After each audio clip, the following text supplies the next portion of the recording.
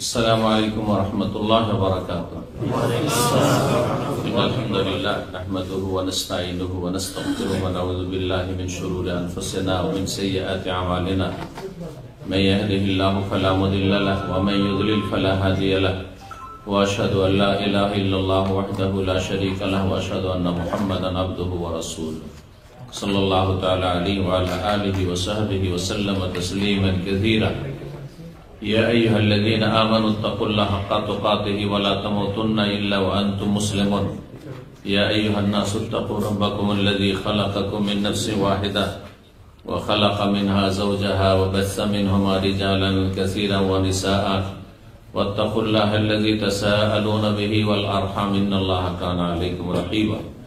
يا أيها الذين آمنوا اتقوا الله وقولوا قولا سديدا يصلح لكم أعمالكم ويغفر لكم ذنوبكم ومن يطع الله ورسوله فقد فاز فوزا عظيما. أما بعد فإن خير الحديث كتاب الله وخير الهدي هدي محمد صلى الله عليه وسلم وشر الأمور محدثاتها وكل محدثة بدعة وكل بدعة ضلالة وكل ضلالة في النار.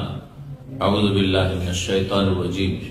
يا أيها الذين آمنوا كتب عليكم الصيام كما كتب على الذين من قبلكم لعلكم تتقون أياما معدودات.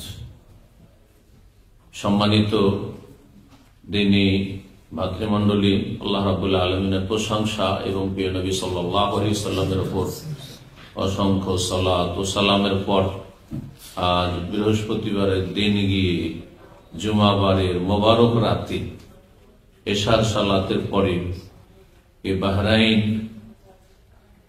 নে আমরা এই শহরে রিফা নামক শহরের আমরা মসজিদের সংলগ্নে এই হলে যে আজকে বসার সুযোগ পেয়েছি,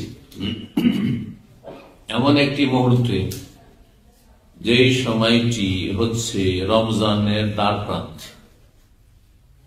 আজকে 28শে শাবান শেষ হয়ে সন্ধ্যাবেলা থেকে আরবি তারিখ শুরু হয়, আপনাদের জানা আছে। সুতরাং 28 তারিখ পার হয়ে 28 হচ্ছে শাবান, 27 হচ্ছে ফেব্রুয়ারি।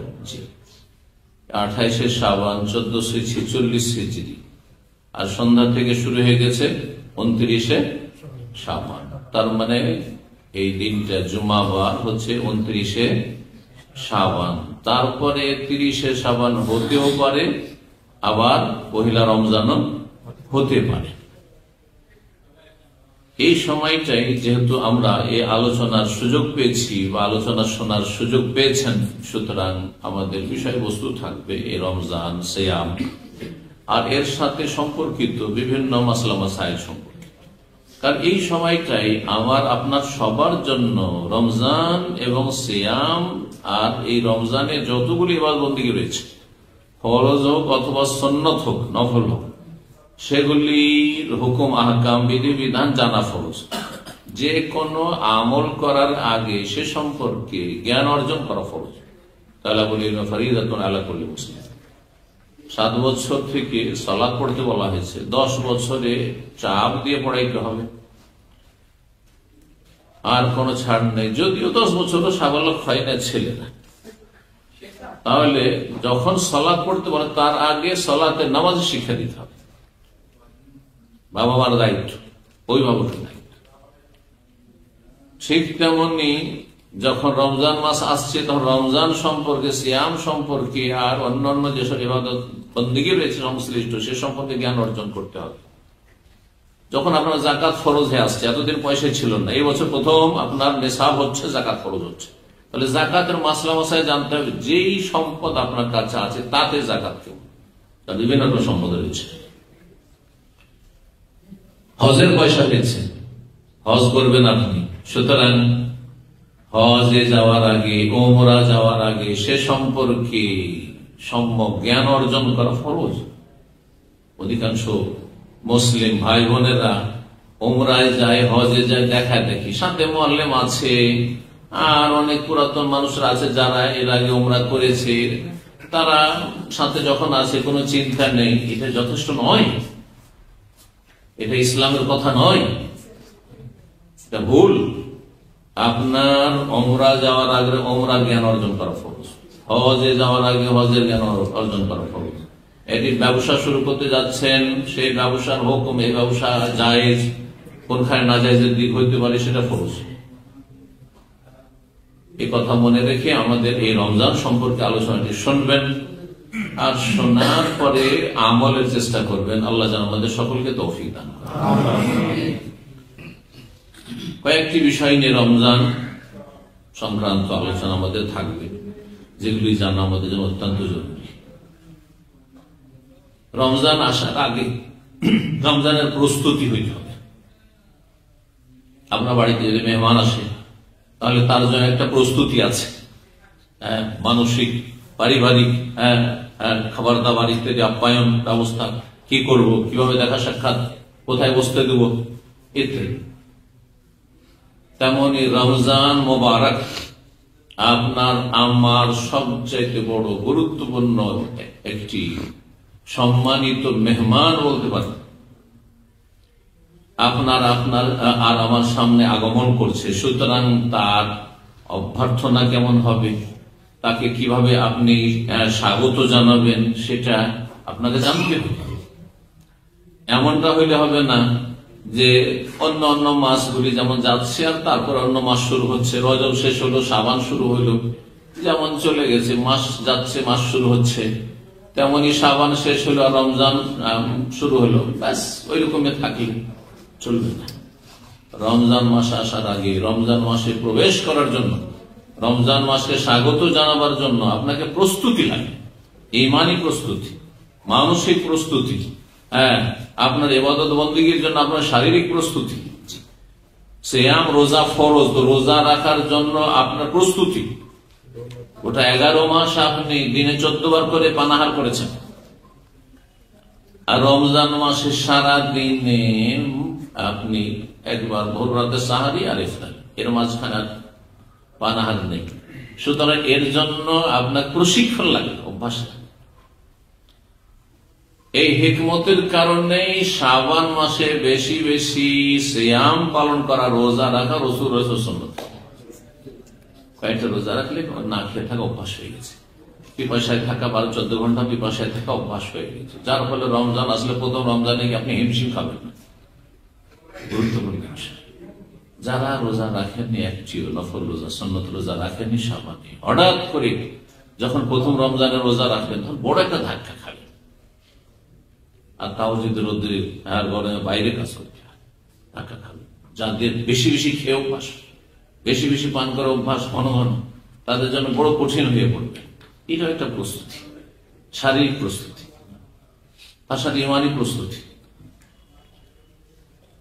প্রস্তুতি হচ্ছে এখানে যে এসেছেন, আপনি ডিউটির কাপড়ে চলে আসেননি, কিন্তু ময়লা আবর্জনা নেই। অনেকে ডিউটি করেছেন, আপনার সেখানে ইউনিফর্ম ছিল, তারপর ময়লা আবর্জনা, তাতে বালি লেগেছিল, সেগুলি খুলে পরিষ্কার পরিচ্ছন্ন হয়ে, আর তারপরে গোসল টুসল করে, আর তারপরে আতর সেন্ট মেরে, তারপরে এই মাহফিল এসেছেন, তাই না? এখানে আসার জন্য একটা প্রস্তুতি। তার রমজান মাসে আসছেন, 11 মাসে বিভিন্ন পাপ করে আপনার কলবকে নাপাক করেছেন, আপনি বিভিন্ন পাপে জড়িয়েছেন।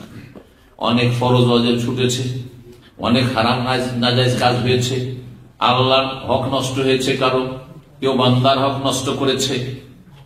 সুতরাং আপনি এইসব নাপাকি নিয়ে, গুনার নাপাকি, অপবিত্রতা নিয়ে রমজানে আপনি প্রবেশ করবেন, এটা আপনার জন্য মোটেই উচিত নয়। যেমন এখানে আপনি নাপাকি নিয়ে, ময়লা আবর্জনা নিয়ে প্রবেশ করবেন, আর আপনি গন্ধ ছড়াবেন, আপনার শরীরে গন্ধ ছড়াবেন, এটা মোটেই উচিত নয়। তাহলে রমজান মাস আসার আগে কি করতে হবে? খালিস অন্তর থেকে তওবা করতে হবে। তওবা করাই হচ্ছে একজন মুমিনের কলবকে ধুয়ে মুছে পরিষ্কার করা। তওবা করা মানে ফিরে চলে আসা, আল্লাহর দিকে ফিরে আসা, শয়তানের দিকে ফিরে গেলে আল্লাহর দিকে ফিরে আসা। তওবা করা মানে হচ্ছে আপনার গুনাহ বন্ধ করে দেওয়া, তওবা সহ। তওবা করা মানে হচ্ছে অনতপ্ত লজ্জিত আল্লাহর কাছে, যা আমার দ্বারা পাপ হয়েছে, আমি পাপী নই।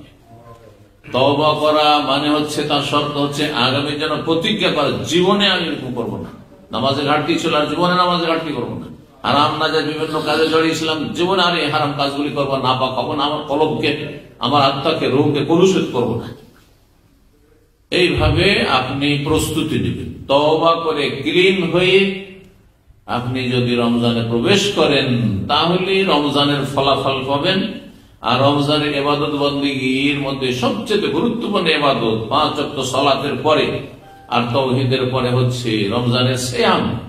ইয়া আইয়ুহাল্লাযীনা আমানু কুতিবা আলাইকুমুস সিয়ামু কামা কুতিবা আলাল মিন ক্বাবলিকুম লাআল্লাকুম তাত্তাকুন। ঈমানদারগণ, তোমাদের সিয়ামকে ফরজ করা হয়েছে। কুতিবা আলাইকুমুস সিয়াম, যেমন আগের যত উম্মত এসেছে নবীদের সমস্ত উম্মতের উপর সিয়াম রোজা ফরজ করা হয়েছিল। পরিমাণ, ধরন, মাসলা মাসাইলের ভিন্নতা ছিল, কিন্তু রোজার ইবাদত, সিয়ামের ইবাদত ছিল। মারিয়াম আলাইহিস সালাম রোজা রেখেছেন, আম্বিয়া রাসূলগণ রোজা রেখেছেন। কামা কুতিবা আলাল মিন ক্বাবলিকুম লাআল্লাকুম তাত্তাকুন, যাতে করে তোমরা পাপ মুক্ত হতে পারে, তাকওয়া অর্জন করতে পারে। তাকওয়া অর্জন করা মানে পাপ মুক্ত হওয়ার জন্য ট্রেনিং, প্রশিক্ষণ নিতে পারে। রমজান মাস হচ্ছে তরবিয়তের মাস, রমজান মাস হচ্ছে প্রশিক্ষণের মাস, রমজান মাস হচ্ছে আপনার অনুশীলনের মাস। এর মাধ্যমে আপনি কেমন করে গুনাহ থেকে বাঁচতে হয়, তাকওয়া মানে বাঁচা, গুনাহ থেকে বাঁচতে পাপ মুক্ত থাকতে হয়, নিজেকে সংযত রাখতে হয়। তাকওয়া মানে সংযত হওয়া, সংযত করা নিজেকে। কেমন করে সংযত জীবন যাপন করতে হয়, কেমন করে যেখানে আল্লাহ থামতে হবে সেখানে থামতে হয়, যেখানে রাসূলুল্লাহ সাল্লাল্লাহু আলাইহি ওয়াসাল্লাম থামতে হবে সেখানে থেমে যেতে হয়, যেখানে চলতে বলেছেন সেখানে চলতে হয়, যেখানে অগ্রসর হতে বলেছেন দ্রুত তো সেখানে সাবিকু, কম্পিটিশন করো, সেখানে দৌড় দিতে হয়। এর প্রশিক্ষণ। লাআল্লাকুম তাত্তাকুন, জান্নাতের দিকে দৌড় দাও, আল্লাহ বলেছেন কোরআনে কারীমে, ওয়াসারিউ ইলা মাগফিরাতি রাব্বিকুম ওয়া জান্নাতিন। তো এর প্রশিক্ষণ এবং এর তরবিয়ত হচ্ছে এই রমজান মাস। সুতরাং এটা যেন আমাদের প্রত্যেকের মধ্যে থাকে যে রমজান মাস আসছে, এটা আমি এমন ভাবে খালেস তওবা করে রমজানে প্রবেশ করছি যে রমজান থেকে বেরোবো এমন অবস্থা নিয়ে যে আমার জন্য আল্লাহর পক্ষ থেকে জান্নাত যেন ফরজ হয়ে যায়, অবধারিত হয়ে যায়। আল্লাহ যেন তৌফিক দান করেন। রাসূলুল্লাহ সাল্লাল্লাহু আলাইহি ওয়াসাল্লামের হাদিসে রয়েছে এই রমজান মাস সম্পর্কে, ওয়ালিল্লাহি ওয়াতাকাও মিনান নার, আল্লাহ রাব্বুল আলামিন জাহান্নাম থেকে অসংখ্য মানুষকে রমজান মাসে মুক্ত করেন, ছাড় দেন, যাদের এই অতীত সময়কালে মরণ হলে জাহান্নাম অবধারিত ফরজ হয়ে গেছিল, এই সময়টায় মারা গেলে জাহান্নামে চলে যেত। ওয়াতাকাও মিনান নার, জাহান্নাম থেকে তাদেরকে আল্লাহ মুক্তি দান করেছেন, করে থাকেন প্রত্যেক রমজানে। শুধু একদিন, শুধু কদরের রাতে না, বলছেন ওয়াযালিকা কুল্লা লাইলা, এটি প্রত্যেক রাতে। পয়লা রমজানে এত হাজার, এত লক্ষ, এত কোটি মানুষকে জাহান্নাম থেকে আল্লাহ ছাড় দিবেন, দ্বিতীয় রাতে এইরকম, তৃতীয় রাতে এইরকম, শেষ রাত পর্যন্ত চলতে থাকে। এমনকি ঈদের রাতেও যে হাদিস রয়েছে, সর্বশেষ পুরস্কার বিতরণ আল্লাহর পক্ষ থেকে ঈদের রাতে। কারণ মানুষের যখন মেহনত, পরিশ্রম, মজদুরি করা শেষ পায় তখন মালিক কি দেয়? পারিশ্রমিক দেয়। তো রমজান মাসে যখন মজদুরি করা শেষ হইল, আমল করা শেষ হইল, তখন সর্বশেষ আল্লাহর পক্ষ থেকে প্রতিদান দেওয়া হবে সেই লাইলাতুল ঈদের রাতে। সংক্ষেপে কথাগুলিকে আমি একেবারে সীমিত করে চুমু করে আপনাদের সামনে পেশ করলাম। সুতরাং আপনি যদি রমজানের প্রথম রাতেই জান্নাত নিজের জন্য ফরজ করে নিতে পারেন, জাহান্নাম থেকে ছাড় হাসিল করতে পারেন, তাহলে সবচেয়ে ভাগ্যবান। আর যদি বিলম্ব হয় তারপরও জাহান্নাম থেকে ছাড় পেয়ে গেলেন, জান্নাত পেয়ে গেলেন, জান্নাত আপনার জন্য আমার জন্য অবধারিত আল্লাহর পক্ষ থেকে সুনিশ্চিত হলো, তাও ভাগ্যবান। আর যদি রমজান শেষ হয়ে গেল, ঈদের রাত, ঈদও শেষ হয়ে গেল, দুনিয়াদারি করলেন ঈদে, কিন্তু জান্নাত পাওয়ার ঈদ হইল না, তাহলে আপনার মতো হতভাগে কেউ নাই। লাইসাল ঈদু লিমান লাবিসা জাদীদ, ইন্নামাল ঈদু লিমান তারাকাল খাতায়া। আরবি কবি বলেছেন যে ঈদ ওইসব মানুষের জন্য নয় যারা নতুন নতুন কাপড় পরে আর ছেলে মেয়েকে নতুন নতুন পোশাক পরায়। ঈদ সত্যিকারের কার জন্য? লিমান তারাকাল খাতায়া, যেই ব্যক্তি এই রমজানে সে একেবারে বদ্ধপরিকর দৃঢ় প্রতিজ্ঞা করতে পারলো যে আমি জীবনের জন্য সমস্ত গুনাহকে পরিত্যাগ করলাম, তালাক দিলাম, জীবনে কোনো গুনাহ করবো না, জেনে শুনে ইচ্ছা কিন্তু আমি কোনো গুনাহ করবো না, এই রকমের যদি সংকল্প তৈরি করতে পারেন, এই রকমের যদি দৃঢ় প্রতিজ্ঞ হতে পারেন, তাহলে আপনার ঈদ হচ্ছে সার্থক, আপনার ঈদ সার্থক, আপনার রমজান সার্থক। রব্বুল আলামিন যেন তৌফিক দান করেন। তো এই কথাগুলি বললাম রমজানকে স্বাগত জানাবার ক্ষেত্রে। রমজান যে শুরু হচ্ছে, কিভাবে শুরু করবেন এর বিষয় সম্পর্কে কয়েকটি দিক বললাম। রমজান মাসের সিয়াম আল্লাহ ফরজ করেছেন, রমজান মাসের সিয়াম আল্লাহ কি করেছেন? ফরজ করেছেন। এবং এটি ইসলামের রুকন স্তম্ভ কয়টি? 5টি। তার অন্যতম গুরুত্বপূর্ণ স্তম্ভ, যার গুরুত্ব হজ উমরার চাইতে অনেক বেশি। রমজান মাসের সিয়াম রোজা প্রত্যেক বছর 1 মাস ফরজ, তাই না? সেটা 29 হোক অথবা 30 হোক। কিন্তু হজ 5 বছর পর পর ফরজ না 10 বছর পর পর? জীবনে একবার ফরজ। তাহলে কত পার্থক্য! তাহলে 4 নম্বর স্তম্ভ হচ্ছে রোজা সিয়াম, 5 নম্বর স্তম্ভ হচ্ছে হজ। এই দুটোর মাঝে কত পার্থক্য! যাকাত বছরে একবার ফরজ, তাই না? আর ফসল হলে যখন যখন ফসল উঠে আসবে। ঠিক আপনার রমজান মাসের সিয়ামও বছরে একবার 1 মাস ফরজ। এখানে আর একটি কথা বলেনি, রমজান মাস শুরু করার ক্ষেত্রে আর অনেকে দ্বিধা দ্বন্দ্বে থাকেন, আর অনেকে মনে করে ক্যালেন্ডার মানে নিশ্চিত। সৌদি আরবের ক্যালেন্ডার সারা বিশ্বে একটা গুরুত্ব রাখে, তাই না? এবং অধিকাংশ বিশ্ব সৌদি আরবে যে ঈদ হচ্ছে সেটাকে ফলো করে, বিশেষ করে পশ্চিমা দেশগুলো। শুধু সমস্যাটা কোথায়? একদিন পরে ভারত, বাংলাদেশ, পাকিস্তান এইসব দেশগুলিতে দ্বন্দ্ব শুধু। যে রমজান কোন দিন শুরু হবে আর ঈদ কোন দিন হবে। এক গ্রাম থেকে পাশের গ্রাম 2 দিনে 3 দিনে ঈদ হচ্ছে। এইসব ঝামেলাগুলো আমাদের দেশে বিশেষ করে, বাকি আরব দেশে কোনো ঝামেলা নেই। আছে বাহরাইনে রমজান শুরু হইল না আর সৌদিতে শুরু হয়ে গেল, এমন নেই। এমনকি ইউরোপ, আমেরিকা, কানাডা সবাই ফলো করে যে সৌদি আরব যেহেতু অমুসলিম দেশ, আর সেই দেশে মুসলিম আপনার মাইনরিটি বসবাস করে, সংখ্যালঘু, সুতরাং তারা ফলো করে যে মক্কা মদিনায় আমাদের কি শুরু হয়েছে, রমজান শুরু হয়েছে, সুতরাং আমাদের শুরু। এটি একটা ঐক্য আলহামদুলিল্লাহ মানে প্রকাশ পাচ্ছে, ফুটে উঠছে। যাই হোক, সেদিকে যাচ্ছে না। যে দিকটা আমি বলতে চাইছি সেটা হচ্ছে যে আগামী এই জুমার রাত শুরু হয়েছে, জুমার দিনটা কি বললাম? 29শে শাবান। এরপরে রমজানকে নিশ্চিত না সম্ভাবনা? সম্ভাব্য, তাই না? এই মর্মে রাসূলুল্লাহ সাল্লাল্লাহু আলাইহি ওয়াসাল্লাম বলেছেন, সহিহ বুখারী মুসলিমের হাদিস, সোমু লিরুয়াতিহি ওয়া আফতিরু লিরুয়াতিহি।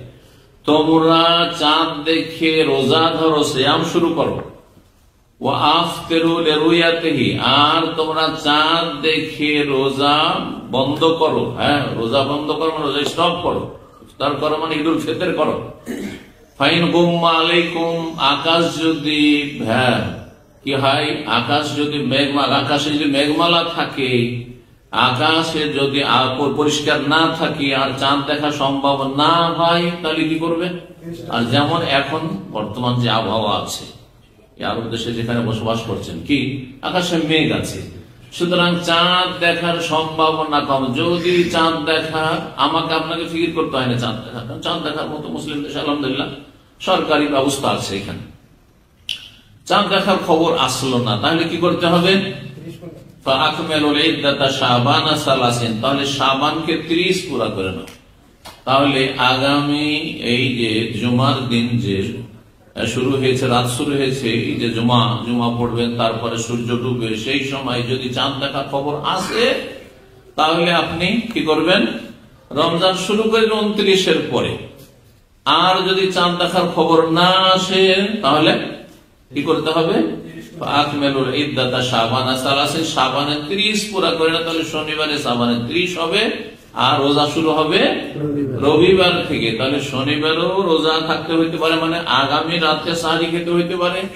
আবার যদি 30 শাবান হয়ে যায়, চাঁদ না দেখার খবর আসে, তাহলে আপনি রবিবার থেকে আপনি রোজা রাখবেন, মানে শনিবারের দিন গিয়ে সাহারি খাবেন। এই বিষয়টি জেনেও ভালো, কারণ অনেকে এমন জায়গায় হয়তো থাকছেন যেখানে হয়তো খবর পান না, সরকারি কি খবর হইলো না হইলো, রোজা শুরু করব না শুরু করব, একটু খবর নেওয়ার চেষ্টা করবেন। সাথী বন্ধুরা আছে বা আলেমরা আছে তাদের কাছ থেকে, যে আজকে বাহরাইনে চাঁদ দেখার খবর হয়েছে কিনা বা রমজানের ঘোষণা হয়েছে কিনা, ব্যাস।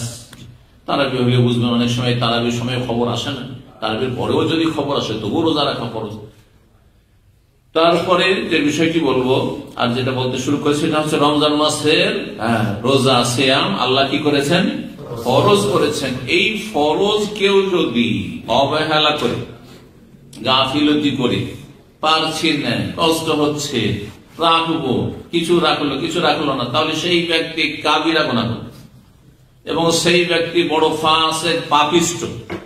কিন্তু সে মুসলিম, পাপিষ্ঠ মুসলিম, দুর্বল ইমানের, ক্ষীণ ইমানের মুসলিম, অস্বীকার করে না। কিন্তু যদি অস্বীকার করে বা তুচ্ছ-তাচ্ছিল্য করে, ছোট করে, যারা রোজা রাখে তাদেরকে হেয় প্রতিপন্ন করে, কারণ আমাদের দেশে বেশ কিছু মুনাফিক টাইপের অথবা মূর্খ, এমন গণ্ড মূর্খ আছে যারা রোজাদারদেরকে নিয়ে উপহাস করে। তুমি রোজা রেখে কি পেয়েছো? তুমি রোজা রাখছো, তারপরে তোমার বালা মুসিবত কেন ছোটে না? রোজা রাখছো, আমি তো রোজা রাখি না, তারপরে কেন আমি সুস্থ আছি? শয়তান এদেরকে প্রতারিত করেছে। আল্লাহ কোরআনে বলছেন, এইরকম বদ প্রকৃতির লোকদের জন্য শয়তান তাদের পাপগুলিকে সুসজ্জিত করেছে, সাজিয়ে সাজিয়ে চমৎকৃত করেছে, পেশ করেছে, যে খুব পাপ পায়, খুব আমোদ ফুর্তি করে, রমজানে পানাহার করে। ফাসাদ্দাহুম আনিস সাবিল, সুতরাং আল্লাহর রাস্তায় চলতে, জান্নাতের রাস্তায় চলতে বাধাগ্রস্ত করেছে ইবলিস শয়তান এবং ইবলিস শয়তানের চেলারা, মানুষ শয়তান, জিন শয়তান। জি, ফাহুম লা ইয়াহতাদুন, আল্লাহ বলেছেন সূরা নামলে। সুতরাং এরা হেদায়েত পাবে না, এরা জান্নাতের রাস্তা পাবে না।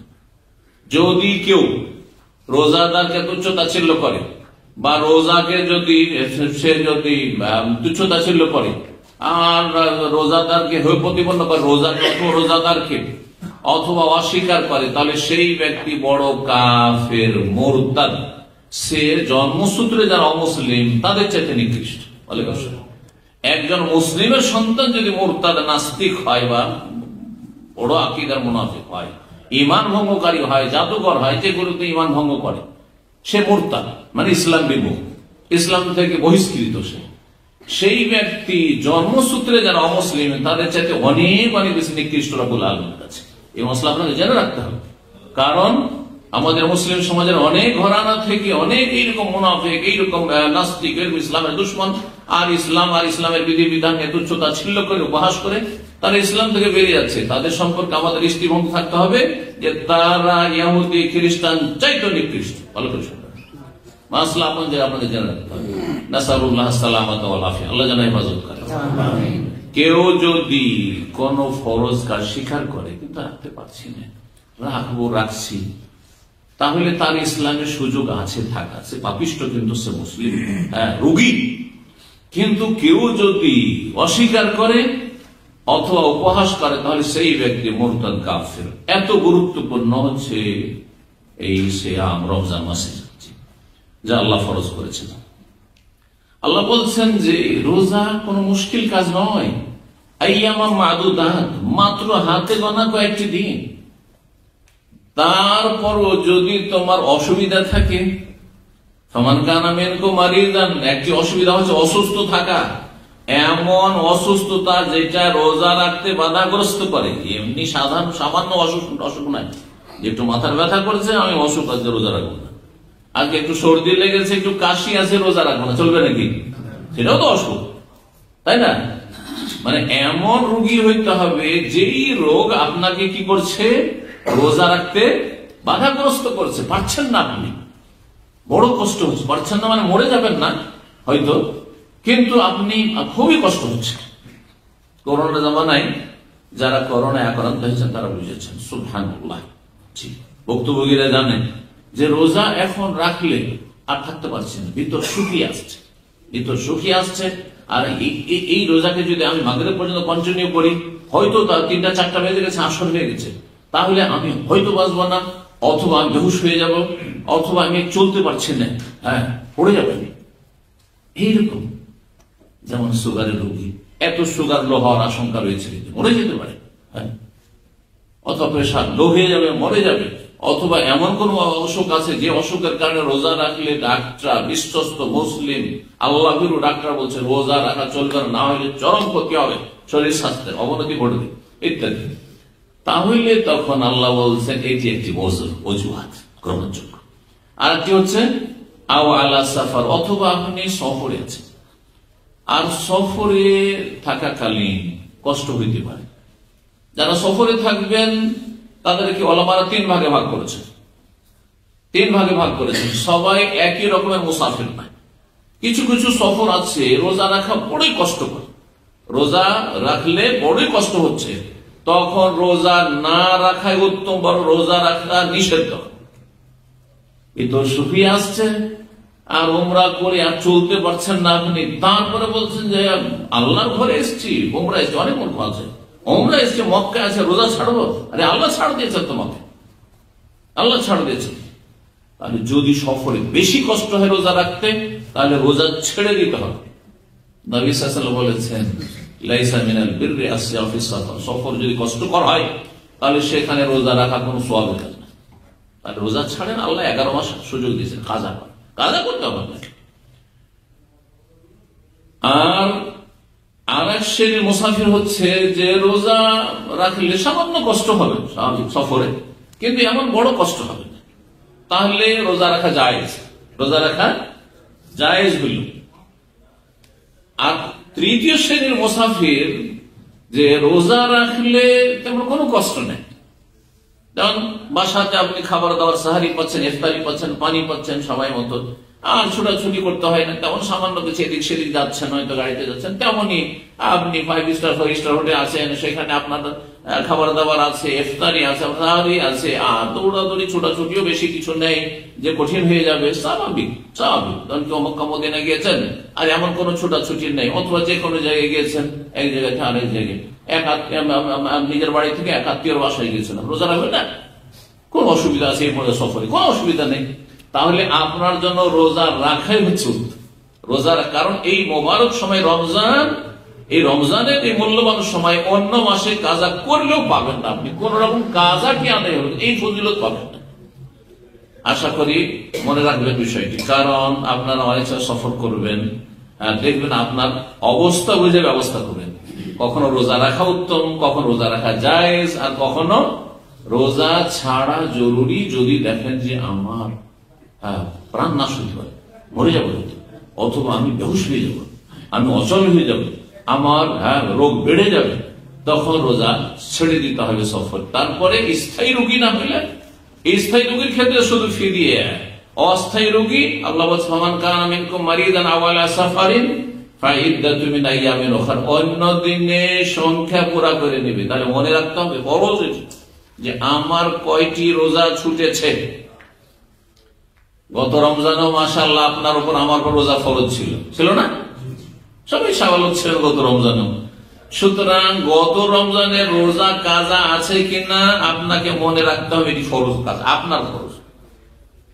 আপনার স্ত্রী রোজা ছুটেছে রমজান মাস, মাসিকের কারণে, বিশেষ করে মহিলাদের রোজা কয়দিন ছুটেছে মাসিকের কারণে অথবা সফরের কারণে বা অসুস্থতার কারণে, মনে রাখা ফরজ, কারণ এটি আপনার দিন, আপনার এটি ফরজ ইবাদত। আর তারপরে সেটা এই দীর্ঘ 11 মাসের মধ্যে যে কোনো সময় এক কানাও রাখতে পারেন, অবিরাম, আবার বিরতি দিয়ে গ্যাপ দিয়ে আপনি একটা করে ভেঙেও রাখতে পারেন, কিন্তু 11 মাস ছাড় দেওয়া হয়েছে। গত রমজান রোজা এখনো বাকি, আর এই রমজান চলে আসল রাখলেন না, অথচ কোন শরীয়তের কোন অজুহাত ওজোর ছিল না গ্রহণযোগ্য, তাই গুনাহগার। এরপরেও রাখতে হবে, গুনাহগারও হলেন, আবার রাখতে হবে, না হলে মাফ পাবেন না। সুতরাং যাদের কাজা রোজা হবে বা হয়েছে এর আগে সজাগ হন, এবং যাদের এই রমজান চলে আসলো কাজা রোজা এখনো রাখেননি, আল্লাহর কাছে তওবা করেন, অনুতপ্ত হন যে এটি একটি বড় গুনাহ করলাম, কবিরা গুনাহ করলাম, আল্লাহ যেন মাফ করেন। এবং এই কাজা পুরা করার যেন তৌফিক দান করেন। রমজান মাস আসলে রাসূলুল্লাহ সাল্লাল্লাহু আলাইহি ওয়াসাল্লাম অত্যন্ত খুশি হইতেন এবং সাহাবায়ে কেরাম অত্যন্ত খুশি হইতেন, আর রাসূলুল্লাহ সাহাবায়ে কেরামদেরকে সুসংবাদ দিতেন। সুনান নাসাইতে একটি হাদিস রয়েছে, হাদিসটি সহিহ, এবং মুসনাদ আহমদে এই ভাষাতে রয়েছে যে কানা রাসূলুল্লাহ ইউবাশশিরু আসহাবাহু, রাসূলুল্লাহ সাল্লাল্লাহু আলাইহি ওয়াসাল্লাম তার সাহাবায়ে কেরামদেরকে, সহচরদেরকে তিনি সুসংবাদ দিতেন যে কাদ আতাকুম রমাদান, তোমাদের সামনে রমজান আগমন করেছে, শাহরুন মুবারাক, সেটি হচ্ছে বরকতপূর্ণ মাস, বরকত আর বরকতের মাস। এই রমজান মাস হচ্ছে বরকতের মাস। রাসূলুল্লাহ সাল্লাল্লাহু আলাইহি ওয়াসাল্লাম বলেছেন বরকত। রমজান মাসের যদি ইবাদত গুলি করেন, ফরজ ইবাদত আদায় করেন, সুন্নত ইবাদত করেন, নফল ইবাদতবন্দি করেন, যত বেশি করবে তত বেশি আপনার লাইফে বরকত হবে, আপনার শরীর স্বাস্থ্যে বরকত হবে, আপনার মানসিক অবস্থায় বরকত হবে, আপনার এলেম আমলে বরকত হবে, আপনার রুজিতে বরকত হবে, আপনার ছেলে মেয়েতে বরকত হবে, আপনার বাড়ি ঘরে বরকত হবে, যেখানে আপনি বসবাস করছেন, যে চাকরি করছেন, ব্যবসা করছেন, তাতে বরকত হবে। মোবারক মানে সার্বিক দিক থেকে মোবারক। কোরআনকে আল্লাহ বলেছেন মোবারক, কিতাবুন আনজালনাহু ইলাইকা মুবারাকুন, সূরা সাদে আল্লাহ বলেছেন এমন এক মহাগ্রন্থ আল কোরআন, আনজালনাহু, হে নবী তোমার প্রতি নাযিল করেছি, মুবারাকুন বরকতময়, বরকতপূর্ণ কিতাব। আল্লাহ বরকত, তাবারাকাল্লাযী বিয়াদিহিল মুলক, তাবারাকাল্লাযী নাযালাল ফুরকান, আল্লাহ হচ্ছে মুবারক, রমজান হচ্ছে মুবারক বরকতপূর্ণ, আর কোরআনে কারীম হচ্ছে বরকতপূর্ণ। সুতরাং যেমন কোরআনে কারীমে বরকত আছে, তেমনি রমজান মাসে বরকত আছে। এই জন্য রাসূলুল্লাহ সাল্লাল্লাহু আলাইহি ওয়াসাল্লাম হাদিস রয়েছে যে হাসরের মাঠে কোরআনে কারীম আসবে, আর এই রমজান মাসের সিয়াম রোজা আসবে। আসার পরে আল্লাহর সামনে আরজি পেশ দরখাস্ত করবে, রোজাদারদের জন্য রোজা সুপারিশ করবে, আর কোরআন তিলাওয়াতকারীর জন্য কোরআনে কারীম সুপারিশ করবে যে আল্লাহ এই ব্যক্তি দীর্ঘ সময় ধরে রাতে বা দিনে কোরআন তিলাওয়াত করেছে, নামাজের ভিতরে, তাহাজ্জুদে, তারাবিতে, কিয়ামুল লাইলে, অথবা দিনে যে কোনো সময় হোক না কেন, নামাজের বাইরে ভিতরে কোরআন তেলাওয়াত করেছে, সুতরাং আমার সুপারিশ কবুল করো, তাকে জান্নাত দাও। জান্নাতে উচ্চ মর্যাদা, আপনি জান্নাতি, জান্নাতে আপনার মর্যাদা উঁচা হবে। আর যদি জান্নাত যেতে বাধা থাকে তাহলে সেই বাধা দূর হবে সুপারিশ, কোরআনের সুপারিশ হবে। আর রমজান মাসের সিয়াম ইয়া রাব্বি মানাতহু আত-তা'আমা ওয়াশ-শারাবা ফিন-নাহারি, আল্লাহ দিনে তাকে সারা দিন পানাহার করতে বাধা দিয়েছি, পানাহার করতে দিনি। এই রোজা আমার কারণে সারা দিন সে অনাহারে থেকেছে, সে পিপাসিত থেকেছে, সুতরাং ফাশফিনি ফি, আমার সুপারিশ তার জন্য কবুল কর। হ্যাঁ, সুতরাং তাদের বা এই দুটো কোরআন কারীমের তেলাওয়াতের ইবাদত আর রমজান মাসের সিয়াম রোজার ইবাদতের সুপারিশ আল্লাহ রাব্বুল আলামিন কবুল করবেন। আল্লাহ যেন আমাদের যেন সুপারিশকে ফরজ করেন, রাসূলুল্লাহ সাল্লাল্লাহু আলাইহি ওয়াসাল্লাম সুপারিশ শাফাআত যেন আমাদেরকে দান করেন, কোরআন কারীমের শাফাআত যেন আল্লাহ দান করেন আমাদেরকে, সিয়াম রোজার শাফাআত যেন আল্লাহ রাব্বুল আমাদেরকে দান করেন। নবী সাল্লাল্লাহু আলাইহি ওয়াসাল্লাম বলতেন শাহরুল মুবারক, বরকতপূর্ণ মাস, ফারাদাল্লাহু আযজা ওয়া আলাইকুম সিয়াম, যার রোজাকে আল্লাহ ফরজ করেছেন। এই হাদিস ফরজ শব্দটি আসলে কোরআনে আসলে কোতিবা, কোতিবা মানে ফরজ করা, ফরজা। তুফতাহু ফি আবওয়াবুস সামা, এই রমজান মাস যখন শুরু হয়, চাঁদ উঠবে, তখন থেকে আকাশের দরজা খুলে দেওয়া হবে। সুবহানাল্লাহ, তাহলে আকাশের দরজা আছে। মেরাজে যখন রাসূল বলেছিলেন তখন জিবরাইলকে দরজা খুলতে বলছেন, হ্যাঁ, আর তারপরে থেকে দরজা খোলা হচ্ছে, কে জিজ্ঞাসা করা হচ্ছে, তার আকাশের দরজা আছে, সেই দরজা খুলে দেয়। আকাশের দরজা খুলে দেওয়া রমজান মাসে স্পেশালি হয়। এর অর্থ কি? এর অর্থ তাৎপর্য ওলামারা বলেছেন যে আকাশ থেকে আল্লাহ রাব্বুল আলামিনের পক্ষ থেকে রহমত আর বরকত নাযিল হয় জমিনে। সুতরাং যখন আকাশে দরজা খোলা আছে মানে রহমত বর্ষণ হচ্ছে, বরকত নাযিল হচ্ছে। রিজিক কোথায় আছে জানেন? হ্যাঁ, দুনিয়াতে আল্লাহ রিজিক রাখেন, দুনিয়াতে রিজিকের উপায় উপকরণ মাধ্যমে রেখেছেন, চাকরি আর কৃষিকাজ, তো অমুক তমুক, কিন্তু রিজিকের ফয়সালা কোথায় হয়? সাত আকাশের উপর আরশে আজিমে হয়। এই জন্য আল্লাহ সূরা অফিস সামায়ে রিজকুকুম, রিজিক কোথায় আছে? আকাশে তোমার রিজিক আছে। দুনিয়াতে যদি থাকতো কোনো ধরেন কোন আদালতে কোন অফিস থেকে রিজিকের ভাগ বন্টন হইতো, তো যারা হিংসুক বা যারা শত্রু আপনার বা আপনাদের আমাদের, তারা আমাদের রিজিক কেড়ে নিত, তাই না? যেমন ক্ষমতা কেড়ে নিচ্ছে, তার উপরে টাকা পয়সা ছিনতাই করে নিচ্ছে, দুনিয়ার মেলা কিছু কেড়ে নিচ্ছে, তাই না? হারাতে হচ্ছে দুনিয়াতে। যারা এক সময় মহাশক্তিধর ছিল তারাও একবারে শেষ হয়ে যায়, নিশ্চিহ্ন হয়ে যাচ্ছে। কিন্তু আল্লাহ রিজিক এমন জায়গায় রেখেছেন, ওখান থেকে কেউ আপনার নসিবও কাটতে পারবে না, আমার নসিবও কাটতে পারবে না, তারটা ছাড়া অন্যটা নিতেই পারবে না, মরিয়া হইল, যতই চেষ্টা করবেন না কেন। যদি দেখা যায় কোন দুশমন আপনার ক্ষতি করেছে, এইভাবে আল্লাহ ফয়সালা রেখেছেন যে ওই বদ প্রকৃতির লোকের মাধ্যমে এটা হবে, কিন্তু আল্লাহ এই রিজিক আপনার রাখেনি, এটা আপনার নয়। যদি আপনার রিজিক থাকতো তাহলে আপনার কাছেই আসতো। এটার নাম তকদিরের প্রতি ঈমান, যে হচ্ছে তকদির।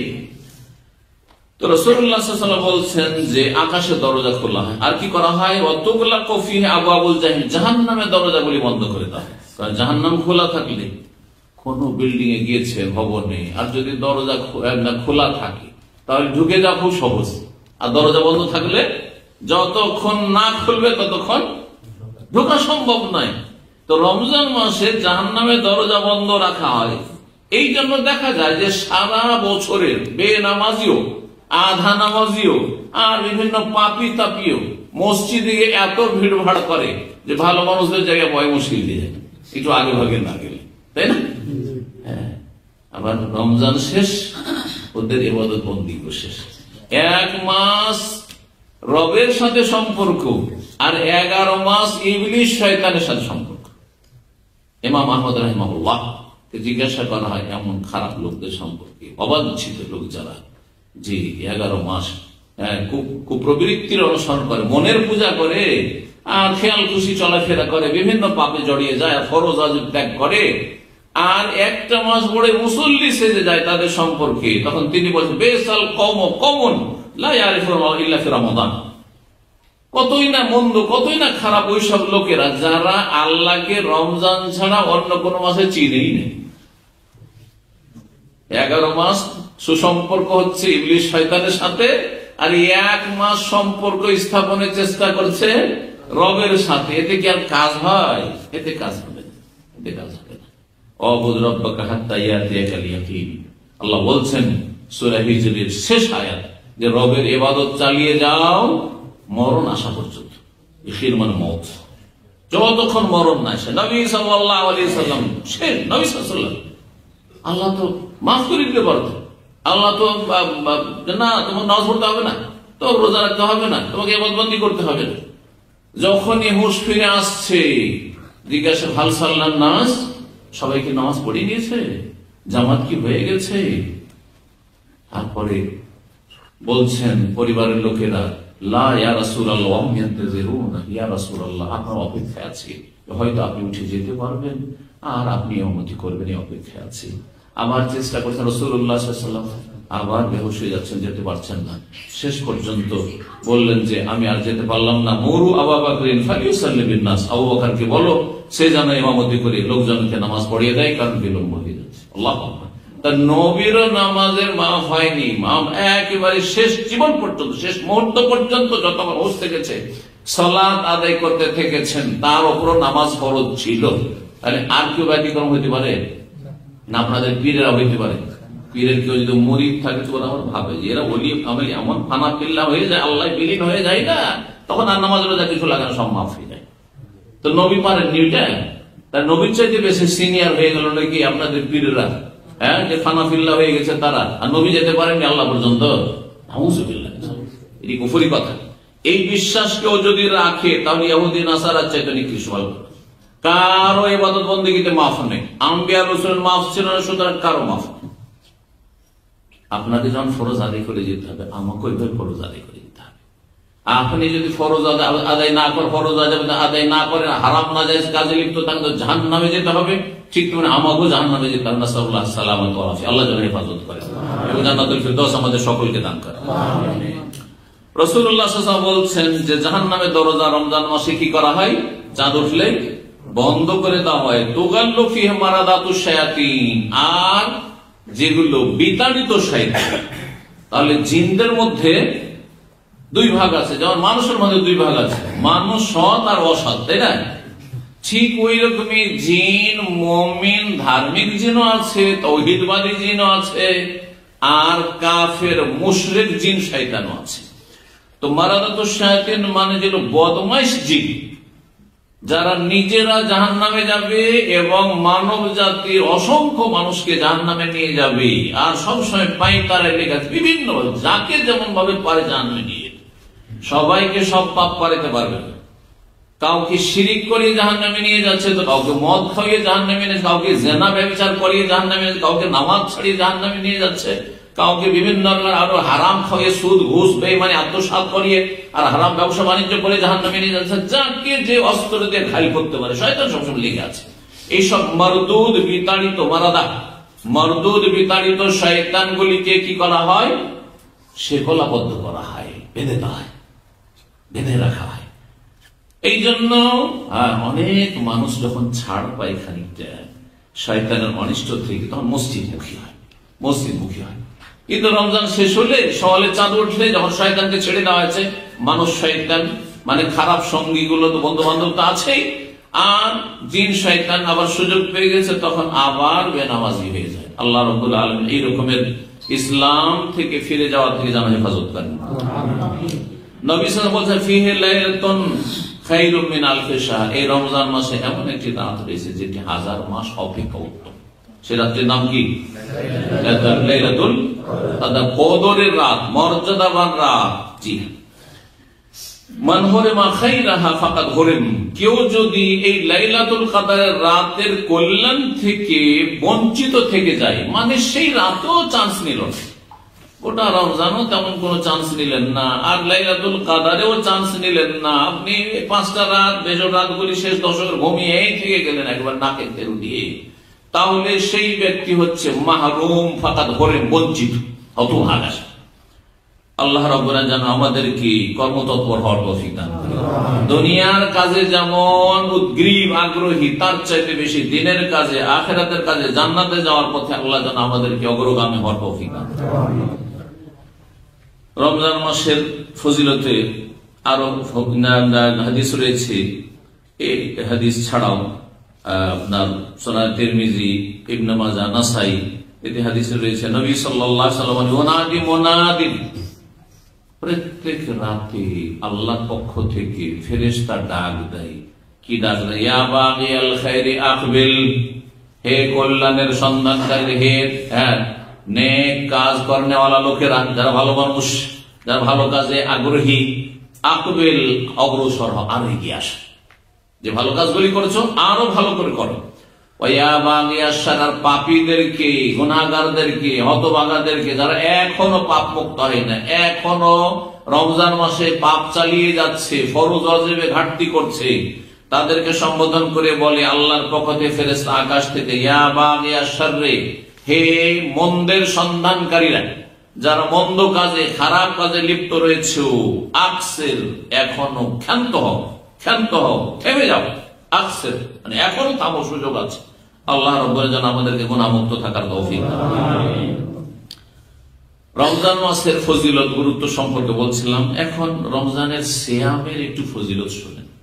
যত আমল রয়েছে দুনিয়াতে, আপনার ফরজ আর নফল, সমস্ত আমলের নেকি লেখার জন্য ফেরেশতা নিযুক্ত আছে, তাই না? আমল নামায় লেখার জন্য ফেরেশতা নিযুক্ত আছে, আর ফেরেশতাকে একটা আল্লাহ সার্কুলার দিয়েছেন। কোরআনে কারিমে আল্লাহ সে সার্কুলার নিয়ম নীতিমালা বর্ণনা করেন, মান জাআ বিল হাসানাতি ফালাহু আশরু আমসালিহা, কেউ যদি নেকি করে এক নেকি, তাহলে সেটা কত হবে? 10 গুণ হবে। তাহলে এক রাকাতে 10 রাকাতের সমান পাবে না। দান করবে, 1 টাকা দান করবেন, কমপক্ষে 10 গুণ হবে। আর সেটা হাদিসে রয়েছে, সেটা 700 পর্যন্ত হইতে পারে। 700 পর্যন্ত হইতে পারে, 100 থেকে 700 হইতে পারে। কিসে? বিভিন্ন দিককে কেন্দ্র করে। তার মধ্যে একটি হচ্ছে সবচেয়ে গুরুত্ব ইখলাস। কি অন্তর নিয়ে আপনি করেছেন, কি মন মানসিকতা নিয়ে কাজটি করেছেন, কি অবস্থায় আপনি করেছেন, প্রতিকূল অবস্থায়, অভাব, কষ্ট, শরীর অসুস্থ, আর তারপরে মানসিক অশান্তি, পারিবারিক অশান্তি, তারপরে ইবাদত বন্দেগী মনোযোগী হয়ে করছেন। এইসব বিভিন্ন দিককে কেন্দ্র করে মানুষের নেকি বাড়ে, আবার এর বিপরীতে কমে। তো রমজান মাসের রোজা এমন একটি, অথবা অন্য রোজাই হোক না কেন, রোজা সিয়ামের এত বেশি ফজিলত যে সিয়ামের নেকি স্বয়ং আল্লাহ দেবেন, ফেরেশতা কি এর পরিমাণ লেখার আল্লাহ অনুমতি দেবেন। এই মর্মে হাদিসে কুদসি রয়েছে, সহিহ বুখারী এবং সহিহ মুসলিম এই হাদিসগুলি রয়েছে। আবু হুরায়রা রাদিয়াল্লাহু তাআলা আনহু বর্ণনা করেন, কালা রাসূলুল্লাহ সাল্লাল্লাহু আলাইহি ওয়াসাল্লাম বলেন, কুল কাল আল্লাহু আজ, মহান আল্লাহ বলেছেন। হাদিসে যদি মহান আল্লাহ বলার কথা থাকে, তার মানে হাদিসটির নাম কি? হাদিসে কুদসি হাদিস, কিন্তু আল্লাহর বাণী রাসূলুল্লাহ সাল্লাল্লাহু আলাইহি ওয়াসাল্লাম বর্ণনা করে নকল করেছেন। কুল্লু আমালি ইবনে আদম লাহু, প্রত্যেক আদম সন্তানের আমলে তার একটা অংশ থাকে। ইল্লা সিয়াম, কিন্তু রোজাতে তার কোনো স্বার্থ থাকে না, অংশ থাকে না। তার মানে লোক দেখানোর একটা দিক যে কোনো আমলে থাকে, কিন্তু রোজা দেখানো যায় না। রোজা এমন গোপন ইবাদত যে দেখানো যায় না। সেটা আপনি যে সারাদিন খাননি, আর সারাদিন আপনি এক ঢোক পানি পান করেননি, এটা দেখার বিষয় কি? এটা জানার বিষয় কার উপায় আছে? যদি বাড়ির লোক সবাই মদ পেতে থাকে আর রুমমেটরা সব মদ পেতে থাকে, তারপরে বাথরুমে গিয়েও তো পানি খেয়ে নিতে পারেন, হ্যাঁ, নদীতে ডুব দিয়েও তো পানি খেয়ে নিতে পারেন, পুকুরে গোসল করতে ডুব দিয়েও তো পানি খেয়ে নিতে পারেন, তাই না? আপনি যখন গোসল করছেন আর পানি আপনার শরীরে, তখনও তো পানি খেয়ে নিতে পারেন, তাই না? কেউ দিশা পাবে? টের পাবে? কেউ টের পাবে না। কিন্তু যে কোনো ইবাদত করেন মানুষ টের পাবে। হ্যাঁ, নামাজ পড়লে মানুষ জানবে যে নামাজ পড়ছেন না। আপনি মসজিদ যেতে হবে, পুরুষ মানুষ আপনাকে, মহিলা নামাজ পড়লেও দেখতে হবে যে রুকু সিজদা করছে, বাড়িতে নামাজ পড়ছে। আচ্ছা, যাকাত দিলেও, সাদকা করলেও মানুষ জানতে পারে, দেখতে পাবে। ওমরা গেলে, হজ করলে, যে কোনো নেকির কাজ করেন, বাপ মায়ের সাথে সদাচরণ করছেন, ভালো খেদমত করছেন, সব জানতে পারবে। হ্যাঁ, যার যে কল্যাণ করেছেন সে তো জানছে কমপক্ষে, যত গোপনে করেন। কিন্তু রোজার ক্ষেত্রে আল্লাহ ছাড়া, অথচ রোজাদার সুবহানাল্লাহ কত ঈমান ইয়াকিন নিয়ে রোজা রাখে, যে একজন রোজাদার যে আল্লাহ পরকালে বিশ্বাসী, ওকে যদি বলেন যে তোমাকে 10,000 দিনার বা 1,00,000 দিনার, কি দিরহাম না এখানে, দিরহাম দিনার, আমার গোলমাল হয়ে যাবে দুবাই আর এখানকার টাকাতে দিরহাম না দিনার, আবার কুয়েতি দেনার, এখানেও দেনার, বাহরাইনি দেনার, যদি 1,00,000 দেনার দেবো, এই রোজাটা ছেড়ে দেব। ধরেন কোন মানুষ শয়তান আছে, পয়সাওয়ালা, আর রোজার দুশ্মন, ইসলামের দুশ্মন, যদি আমাকে কাউকে বলে যে তোমাকে এই একটা রোজা ছাড়ো, তোমাকে 1,00,000 দিনার দেবো, ছাড়বেন? ছাড়বেন? তাহলে কি ঈমান ইয়াকিন নিয়ে আপনি রোজাটা রাখছেন, চিন্তা করুন। আর এটা যেই ব্যক্তি ইবাদত করে সেটা অনুভব করে। এটা ছোট বাচ্চারা যখন রোজা রাখে, দেখেছেন কচি কাচ্চারা, ওকে ওর বাপ বলছে, মা বলছে, সবাই বলছে তুই রোজা ছেড়ে দে, ও কান্নাকাটি শুরু, রোজা ছাড়বে না, খিদায় ছটপট করছে, পিপাসায় ছটপট করছে, কাঁদছে, তো রোজা ছেড়ে দো তাহলে, যে না আমি ছাড়বো না। এটা ঈমান, এটা ঈমানের দাবি। চিন্তা করুন তাহলে আপনার রোজা কত করলাম। তো আল্লাহ রাব্বুল আমাদেরকে ইখলাস যেন দান করেন এবং আমাদেরকে যেন জান্নাতুল ফিরদাউস দান করেন, উত্তম প্রতিদান দান করেন। এই ক্ষেত্রে নবী সাল্লাল্লাহু আলাইহি ওয়াসাল্লাম বলছেন, ইল্লা ফাইন্নাহু লি, আল্লাহ বলছেন হাদিসে কুদসি, রোজা শুধু আমার জন্য, দুনিয়ার কোনো স্বার্থে কেউ রোজা রাখে না। ওয়া আনা আজিজি বিহি, এর বদলা প্রতিদান স্বয়ং আমি নিজ হাতে দেব। আল্লাহ এর পরিমাণ দেবেন, কত দেবেন আল্লাহ একমাত্র জানেন। ফেরেশতাদেরকে বলেননি, জানান নেই যে এত নেকি দেবো। সুবহানাল্লাহ, চিন্তা করুন, এর রোজার ফজিলত। আর তারপর রোজাদারের মুখে সারাদিন যখন পাকস্থলী খালি হয়ে যায় আর ক্ষুধাই থাকে, তখন ভিতর থেকে একটা গ্যাস গন্ধ বেরোয়। এটা কিন্তু সেই মুখের দাঁতের গন্ধ না, আর মুখের ভিতরের গন্ধ নয়।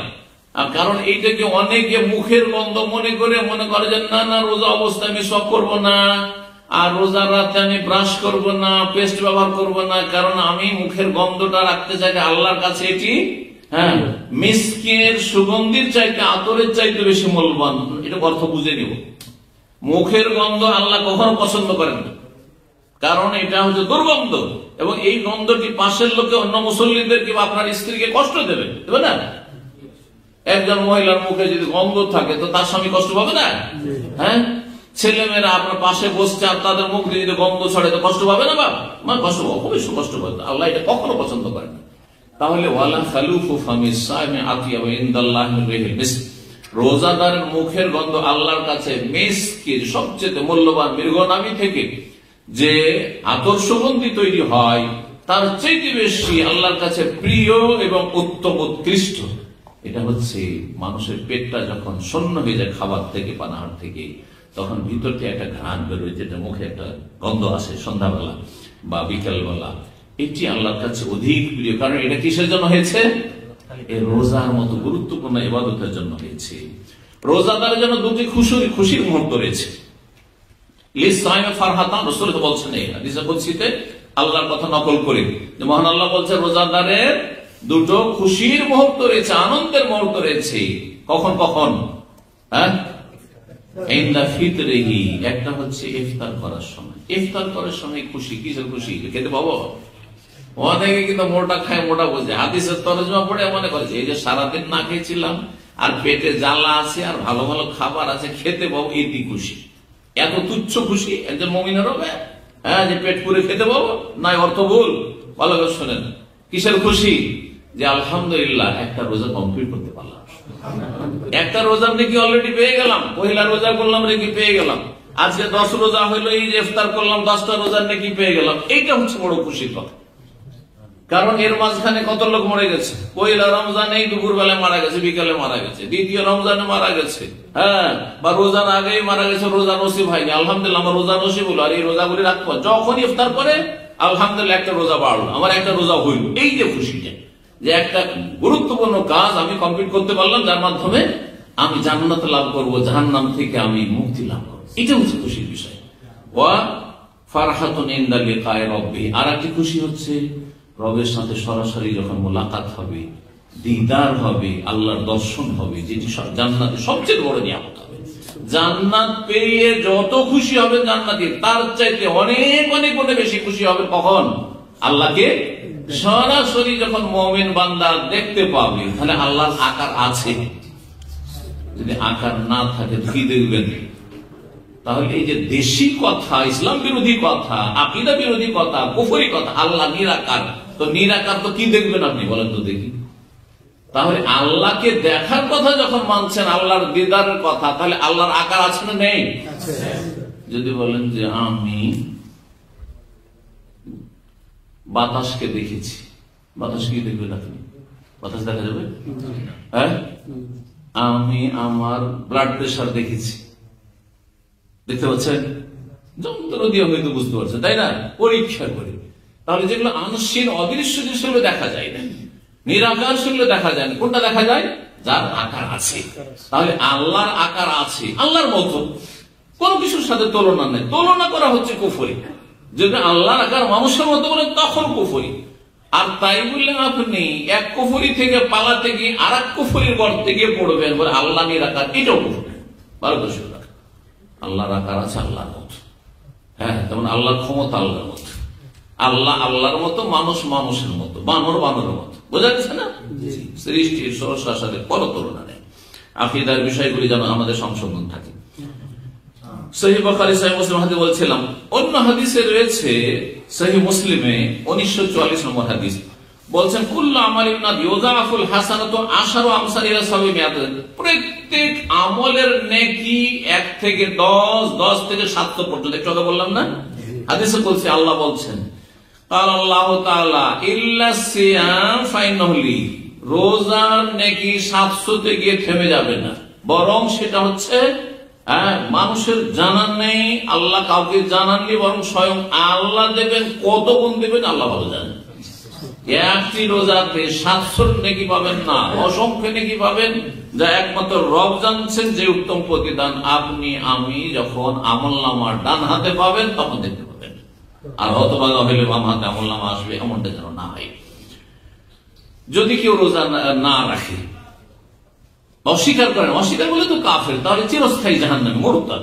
কিন্তু রোজাকে অস্বীকার করলো না, রাখবো রাখছি, আসলে খিদা বরদাস্ত করতে পারছি না, পিপাসা বরদাস্ত করতে পারছি না, হ্যাঁ রাখছে না, গাফিলতি করে কিছু রাখলো কিছু রাখলো না, এই ধরনের যে এক শ্রেণীর মুসলিমরা রয়েছে তাদের ক্ষেত্রে শোনেন একটি হাদিস তো নাই, ইবনে খুজাইমা ইবনে হিব্বানে রয়েছে, মুসনাদ হাকিমে রয়েছে, আল্লাহ আল-বানী রাহিমাহুল্লাহ হাদিসটিকে সহিহ তারগিবে সহিহ বলেছেন। জিবরাইল আলাইহিস সালাম একদিন আসলেন, বলছেন আন্না সাইদ আল মেম্বার, নবী সাল্লাল্লাহু আলাইহি ওয়াসাল্লামের কাছে জিবরাইল আলাইহিস সালাম এই সময়টা এসেছেন, আর তারপরে তাকে এই বিষয়গুলি জানিয়েছেন। নবী সাল্লাল্লাহু আলাইহি ওয়াসাল্লাম মেম্বারে উঠলেন, মেম্বারে উঠে খুতবা দেবেন, ভাষণ দেবেন, বক্তব্য করবেন, মেম্বারে উঠতেন একটু উঁচা, স্টেজে বসলে যেমন সবাই দেখতে পায়। আজকাল স্টেজ করা হচ্ছে, নবী সাল্লাল্লাহু আলাইহি ওয়াসাল্লাম যে কোনো জুমার খুতবা হোক আর এমনি ভাষণ হোক, মেম্বারে উঠতেন একটু উঁচু জায়গায়। তো মেম্বারে উঠলেন, আর মেম্বারে নবী সাল্লাল্লাহু আলাইহি ওয়াসাল্লাম কয়টি সিঁড়ি ছিল? কাঠের মেম্বারে 3টি সিঁড়ি ছিল। এই 3টি সিঁড়ি উঠলেন, প্রত্যেক সিঁড়িতে একবার করে আমিন আমিন আমিন। আমিন মানে কি? আল্লাহ কবুল করো। আমিন মানে আল্লাহ তুমি কবুল করো। 3বার করে রাসূলুল্লাহ সাল্লাল্লাহু আলাইহি ওয়াসাল্লাম, সাহাবীরা বুঝতে পারলেন না যে শুধু আমিন আমিন শুনলাম, নবী সাল্লাল্লাহু আলাইহি ওয়াসাল্লামের কোনো দোয়াও শুনলাম না, আর শুধু আমিন। যদি শুধু আমিন বলেন তো মানুষ অবাক হবে না? একটা দোয়া করার পরে আল্লাহ তুমি এই দোয়াটা কবুল করো, আমিন, তাই না? আল্লাহ আপনাকে জান্নাতবাসী করে, বলছেন আমিন। আল্লাহ আমাকে জান্নাত দাও, আমিন, ঠিক না? তো যেমন গায়রিল মাগদুবি আলাইহিম ওয়ালাদ-দাল্লিন, তারপরে আমিন, কারণ সূরা ফাতিহা হচ্ছে দোয়া, সেই জন্য। জি, আমিন শুনলেন, অবাক হলেন সাহাবায়ে কেরামগণ, বললেন যে ইয়া রাসূলুল্লাহ ইন্নাকা সাইতাল মেম্বারা, আপনি মেম্বারে এখনই চাপলেন আর আমিন আমিন আমিন 3বার করে বললেন, তো রহস্য বুঝতে পারলাম না, কারণটা কি? বললেন রাসূলুল্লাহ ইন্না জিবরিল আলাইহিস সালাম আতানি, জিবরাইল আলাইহিস সালাম এক্ষুনি আমার কাছে এসেছিল, আর আসার পরে এই বদদুয়াগুলি বলছিল, বদদুয়া, অভিশাপ কি? আন্নামান আদরাকা শাহরা রমাদান ফালা ইউগফার লা, যেই ব্যক্তি রমজান মাস তো পেল, মানে রমজান মাসে আল্লাহ তাকে বাঁচিয়ে রাখলো আর সে জন্মসূত্রে মুসলিম, ফালা ইউগফার লাহু, কিন্তু তার গুনাহ মাফ হইল না। রমজান আসলো আর গেল, গুনাহ মাফ হলো না। ফাদাখালান নারা, সুতরাং এই হতভাগা জাহান্নামে চলে গেল। কারণ রমজান মাসে যখন গুনাহ মাফ হলো না, অতীতের গুনার বোঝা খেয়ে গেল, কোথায় গেল? মারা গেলে জাহান্নাম গেল। এই অবস্থা বিনা তওবা যদি মারা যায়, ফাআবাদাহুল্লাহ, আল্লাহ যেন তাকে তার রহমত থেকে বঞ্চিত করেন, দূরে তাড়িয়ে দেন। তারপরে জিবরাইল বলছেন কুল আমিন, হে নবী তুমি আমিন বলো আমার এই দোয়ার উপর। কি দোয়া ছিল? বদদোয়া কি ছিল? যে কেউ যদি রমজান মাস পায় তারপর তার গুনাহ মাফ হইল না, সুতরাং সে জাহান্নামে চলে গেল, হতভাগা, আল্লাহ যেন তাকে তার রহমত থেকে বিতাড়িত করে দেন। আপনি আমিন বলেন। আল্লাহ এইরকম হতভাগা যে ব্যক্তি রমজানে ইবাদতবন্দি করলো না, ফরজ আদায় করলো না, রোজা রাখলো না, যার ফলে গুনাহ মাফ হইল না, তাকে রহমত থেকে বঞ্চিত করো। আমিন বলো, আল্লাহ তুমি কবুল করো। সবচেয়ে শ্রেষ্ঠ ফেরেশতার বদদুয়া আর সবচেয়ে শ্রেষ্ঠ রাসূলের বদদুয়া। চিন্তা করেছে, আমার দোয়া মিস হইতে পারে, আপনাদের দোয়া মিস হইতে পারে, কিন্তু নবীর দোয়া মিস হবে? তাও সাইয়্যিদুল মুরসালিন, খাতামুন নবীন, শ্রেষ্ঠ নবী মুহাম্মদ রাসূলুল্লাহ সাল্লাল্লাহু আলাইহি সাল্লাম, ফেরেশতাদের মধ্যে যাকে আল্লাহ রূহ বলেছে, তাকে রূহুল কুদস বলে, সবচেয়ে শ্রেষ্ঠ ফেরেশতা ঈসুল মালায়েকা জিবরাইল আলাইহিস সালাতু সালাম, তার বদদুয়া। সুতরাং এতে কোনো সন্দেহ নাই, যেই ব্যক্তি রমজান মাস আসলো অথচ সেই ব্যক্তি ফরজ ওয়াজিব আদায় করলো না, রোজা রাখলো না, জাহান্নামে চলে গেল, আল্লাহ তাকে তার রহমত থেকে তাড়িয়ে দেন। আমিন বলেছেন রাসূলুল্লাহ সাল্লাল্লাহু আলাইহি ওয়াসাল্লাম, বদদুয়া দিয়েছেন জিবরাইল আলাইহিস সালাম। আর কে ছিল জানেন? কেউ যদি নবীর নাম শুনে কিন্তু একবারও দুরূদ পাঠ করলো, কমপক্ষে মজলিসে একবার দুরূদ পাঠ করা উচিত, একবার ওয়াজিব, আর বাকি যতবার নবীর নাম আছে ততবার দুরূদ, ছোট্ট দুরূদ সাল্লাল্লাহু আলাইহি ওয়াসাল্লাম পড়ে নেওয়া মুস্তাহাব। একবার দুরূদ পড়লে লাভ কার? নবীর দুরূদ মানে নবীর জন্য দোয়া করলেন আপনি, তাই না? নবীর জন্য একবার দোয়া করলেন, আল্লাহর কয় গুণ রহমত আপনার পাশ হলো? 10 গুণ। সাল্লাল্লাহু আলাইহি ওয়াসাল্লাম। কত লাভ! 1 টাকা ইনকাম করে 10 টাকা পান। কোন হতভাগা আছে যে আমি 1 টাকা ব্যবসা করে 10 টাকা, 1 টাকা পুঁজি লাগিয়ে 10 টাকা লাভ। এই ব্যবসা যদি সুযোগ পান, সবাই সে ব্যবসা শুরু করে, দুনিয়ার ব্যবসা। এত দুনিয়া ভালো করে বোঝেন, কিন্তু দিন বুঝলেন না। নবীর নাম আসছে আমাদের দেশে, বক্তারা হুজুরে পাক বলেছেন, নবীজি বলেছেন, নবী বলেছেন, অমুক বলেছেন, লা হাওলা ওয়ালা কুওয়াতা, আমার হাবিব বলেছেন। আরে আমার হাবিবের চাইতে বেশি গুরুত্বপূর্ণ সাল্লাল্লাহু আলাইহি ওয়াসাল্লাম। আমার হাবিব বলে আপনি দোয়া করলেন না, আমার প্রিয় বললেন, কিন্তু দোয়া কোথায় নবীর জন্য আপনার? হ্যাঁ, আর সালাত ও সালামের দোয়া স্বয়ং আল্লাহ সাল্লাল্লাহু আলাইহি ওয়াসাল্লাম তাসলিমা। ভালো করে শুনেন জি, বেদাতি দুরুদ পড়ে কাজ হবে না, সুন্নতি দুরুদ যখন যখন নবীর নাম আসে বলবেন সাল্লাল্লাহু আলাইহি ওয়াসাল্লাম, 10 গুণ রহমত আল্লাহর পক্ষ থেকে নাযিল হবে। আর যদি একবারও না পড়েন, ফরজ ত্যাগ করেন, তাহলে বদদুয়া পেতে হবে কার? জিবরাইলের ওই আমিন। নবী সাল্লাল্লাহু আলাইহি ওয়াসাল্লামের বদদুয়া আর জিবরাইলের বদদুয়া, যে আল্লাহ রহমত থেকে দূর করুন। তৃতীয় ব্যক্তি কি হতভাগা? যে বাবা মাকে বার্ধক্য অবস্থায় পেয়েছে, বুড়ো বাবা মা, 70, 80, 90 বছর বয়সের বাবা মা, অথবা অসুস্থ বাবা মা, অচল বাবা মাকে পেয়েছে, তারপর জান্নাত যেতে পারলো না, কারণ বাবা মায়ের সাথে দুর্ব্যবহার করলো, বেয়াদবি করলো, কষ্ট দিল, মানসিক শারীরিক আর্থিক কষ্ট দিল। আবার আল্লাহ যেন তাকে রহমত থেকে বিতাড়িত করেন, এই বদদুয়া দিয়েছেন জিবরাইল আলাইহিস সালাম। নবী সাল্লাল্লাহু আলাইহি ওয়াসাল্লাম কি বলেছেন? আমিন। আল্লাহ জিবরাইলের দোয়া কবুল করুন, আল্লাহ যেন হেফাজত করেন। আল্লাহর হক আদায় করবেন রোজার মাধ্যমে, নবীর হক আদায় করবেন দুরূদ পাঠের মাধ্যমে, পিতামাতার হক আদায় করবেন হ্যাঁ তাদেরকে খুশি রাখার মাধ্যমে, যাতে খুশি হয়, যে প্রয়োজনগুলি হয়। আল্লাহ রাব্বুল আলামিন আমাদের সকলকে তৌফিক দান করেন। রোজার একটি গুরুত্বপূর্ণ বিষয় হচ্ছে নিয়ত করা। নিয়ত করতে হবে না পড়তে হবে? নিয়ত করে কোথা থেকে আর পড়ে কোথা থেকে? একজন বলেন। করা হয় কোথা থেকে? করা হয় এইখান থেকে। আর পড়া হয় কোথা থেকে? এইখান থেকে। এইখান থেকে পড়া সুন্নাত, মুস্তাহাব না বেদাত? বেদাত। আলহামদুলিল্লাহ জানছেন, যে জানেন না ভালো করে জানেন, যারা জানেন না তাদেরকে জানিয়ে দেন। এইখান থেকে যদি নিয়ত করেন তাহলে বেদাত, আর এখান থেকে নিয়ত করেন তাহলে সেটা ফরজ। ফরজ না করলে হবে না। ধরেন রমজানের চাঁদ উঠে গেছে, পয়লা রমজান, আর আপনি জানতেই পারলেন না রমজান শুরু হয়েছে। হ্যাঁ, সুতরাং নিয়ত করেননি। কি নিয়তে শুয়েছেন? আপনি ঘুমিয়েছেন যে শাবানের 30 তারিখ মনে করে, হয়তো যেমন আগামীকালকে আগামী রাত যে আসছে, সেই রাতে আপনি জানতে পারলেন না যে রমজানের চাঁদ উঠেছে, আর আপনি শুয়ে গেলেন, নিয়ত করেননি রোজার, আর সাহারি খাওয়া হইল না, যেহেতু আপনার নিয়তই নাই। আর তারপরে সকালবেলা ফজরে উঠে সবাই বলছে মসজিদে যে আমরা তো রোজা রেখেছি, আপনি বলছেন আরে ভাই আমি তো সাহারি খাইনি। সাহারি খাওয়া সুন্নাত, কিন্তু আপনার নিয়ত করা কি ছিল? ফরজ ছিল। নিয়ত যেহেতু হয়নি, আপনার রোজা হবে না। রোজা হবে না, এই রোজা কাজা করতে হবে।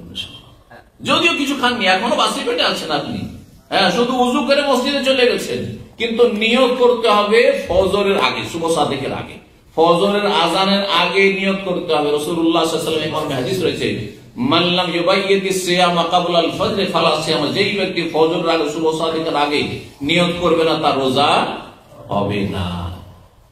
প্রতিদিন নিয়ত করতে হবে। প্রতিদিন নিয়তের নবায়ন করাটা ভালো, শুনে রাখেন। কিন্তু পয়লা রমজানে নিয়ত করে না যে আমি 30টি 29টি গোটা রমজান রোজা রাখবো, এটাই যথেষ্ট। এটা কি? কারণ আপনার নিয়ত আছে, রমজান শুরু হয়ে গেছে, চাঁদ দেখা গেছে, আমি মুসলিম, রোজা রাখবো, এই যে নিয়ত করে নিয়েছেন। তারপরে অনেকে আছেন, আমাদের দাম্মামে এক ভাই আছেন, এত ঘুম ভারী, আর একাই রুমে থাকে, অ্যালার্ম লাগিয়ে উঠতে পারে না, স্পেশাল অ্যালার্ম লাগিয়ে উঠতে পারে না। তো এক রমজানে, যেহেতু আমার খুব খাস ছাত্র, অনেক পুরাতন, 20-25 বছরের ছাত্র, তো সে বলছে যে সাহেব এই বছরে মনে হয় 9 থেকে 10 দিন সাহারি খেতে পেয়েছি, আর বাকি রোজাগুলি বিনা সাহারি, তাও কষ্ট করে রোজা রেখেছে। ইমান কষ্ট করে রোজা, ওই যে এর সাথে খেয়ে 12-9টাতে খেয়ে দিয়ে শুয়েছে, ওইটি দিয়ে রোজা রেখেছে। তাহলে যদি ধরেন অনেক দিন এমন হলো যে সাহারি খেতে পেলেন না, অসুবিধা নেই, কারণ পয়লা রমজান থেকে আপনার নিয়ত আছে গোটা রমজান আমি রোজা রাখবো। এই নিয়ত করা অন্তরের নিয়ত। নিয়ত মানে কি? নিয়তের শাব্দিক অর্থ কি কে বলতে পারে? একটু হাত তোলেন না। অন্তরের সংকল্প, ইচ্ছা। যখন বলছেন আমার নিয়ত আছে ঈদটা দেশে গিয়ে করবো, বলছেন না, মানে কি নাওয়াইতো বাংলাদেশ বলেছেন নাকি?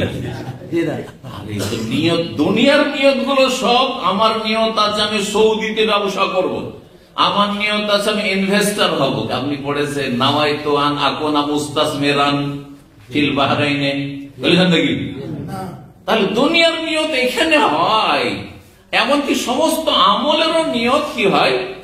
এখানে হয়। শুধু বেদাতীদের নামাজের নিয়ত আর রোজার নিয়ত এখানে হয়। হ্যাঁ, নাওয়াইতু আন আসুমা গাদান এটা পড়তে হবে, আর নামাজের নাওয়াইতু আন উসাল্লিয়া লিল্লাহি তাআলা সালাতাল যুহরি ফরিদাতান লিল্লাহি মুতাওয়াজ্জিহান কাবাতিশ শরীফাতি আল্লাহু আকবার। কাবার দিকে মুখ করে, তো মাথার উপরে কি আসলে বলবেন না? সাদা আছে না খোলা মাঠে পড়েছেন বলতে হবে না? পায়ের তলে মাটি আছে না কার্পেট আছে বলতে হবে না? ডানে কি আছে বামে আছে বলতে হবে না? ভুল করে বলেন না ওইটা বেদাত, ওইটা বেদাত। তোমারটা কি বুঝতে পারছেন না? পারছেন না? বেদাত করবেন না, না হলে আমল বরবাদ হয়ে যাবে। নিয়ত করতে হবে, এইখানে নিয়ত করতে হবে। আচ্ছা বলুন তো, শুধু নামাজ রোজা বাদে যাকাত আপনারা দিচ্ছেন যারা, কোনদিন নিয়ত করেছেন? নাওয়াইতু যাকাতা লিতাজকিয়াতিল মালে, মালকে পাক পবিত্র করার জন্য, ধন সম্পদকে জীবনে পড়েছে? দান সাদকা করেছেন, কোনদিন নিয়ত পড়েছে? হ্যাঁ, এমনকি জিকির করেছেন সুবহানাল্লাহ আলহামদুলিল্লাহ, কোন সময় জিকির করেছেন না? জিকিরের নিয়ত পড়েছেন? কারণ জিকির করা ইবাদত নয়, সুবহানাল্লাহ পড়া ইবাদত নয়, আলহামদুলিল্লাহ লা ইলাহা পড়া ইবাদত নয়। কেন নিয়ত পড়েন না? তো নিয়ত যদি পড়তে হয় তো সব আমলই পড়তে হবে, আর ছাড়তে হয় তো সব আমলই ছাড়তে হবে। আল্লাহ যেন সঠিক বুঝ দান করেন এবং ভালো আমলে তৌফিক দান করেন। এই বেদাতে আমল করে জান্নাত পাওয়া যাবে না, আল্লাহ হেফাজত করুন। নফল রোজার ক্ষেত্রে অসুবিধা, নফল রোজা দিনও নিয়ত করা যায়। ধরেন এখনো বাসি পেটে আছেন, আজ সকাল 8টা-10টায় নাস্তা না করে চলো আজকে তো সোমবার রোজাটা রেখেই, আজকে বৃহস্পতি রোজাটা রেখেই, অসুবিধা নেই, দেখা গেছে যতক্ষণ খাননি কিছু পানার করেননি। কিন্তু ফরজ রোজার ক্ষেত্রে নিয়ত আপনার হইতে হবে কখন থেকে? ফজরের আগে থেকে। এই মর্মে বেশ কিছু হাদিস রয়েছে। যখন আপনি রোজা রাখবেন শুধু পেটকে রোজা রাখাইলে হবে না, আপনার গোটা শরীরের অঙ্গ সবগুলিকে রোজা রাখাইতে হবে। কি থেকে? রোজা রাখা মানে বিরত, রোজার মানে সিয়াম মানে বিরত থাকা। তো বিরত রাখতে হবে সমস্ত পাপাচার থেকে, তার নেগেটিভ যত গুনাহ আছে গুনাহ থেকে বেঁচে থাকতে হবে রোজার অবস্থায়, এবং এটি ট্রেনিং কোর্স সর্ব অবস্থায়, রোজার দিনেও রাতেও গোটা বছর সারা জীবন এই ট্রেনিং কোর্স এর মাধ্যমে। যে রোজার দিনে আমি পানাহার করলাম না, যে পানাহার রোজার রাতে জায়েজ আমার জন্য, সে সুতরাং সুদ খাবো না, ঘুষ খাবো না, হারাম খাবো না, হারাম কাজ করবো না, হারাম দেখবো না, হারাম শুনবো না, আর পাপে লিপ্ত থাকবো না, অন্যায় করবো না, জুলম অত্যাচার করবো না, যেটা সর্বদা হারাম, এর ট্রেনিং করা। সুতরাং রোজা রাখলে গোটা শরীরকে সমস্ত গুনাহ থেকে রোজা রাখাইতে হবে, শরীর অঙ্গ প্রত্যঙ্গ। আর রোজা রাখার আরেকটি গুরুত্বপূর্ণ দিক হচ্ছে যে রোজা যখন রাখছেন তো অন্যান্য ফরজগুলি যথাযথ আদায় করতে হবে।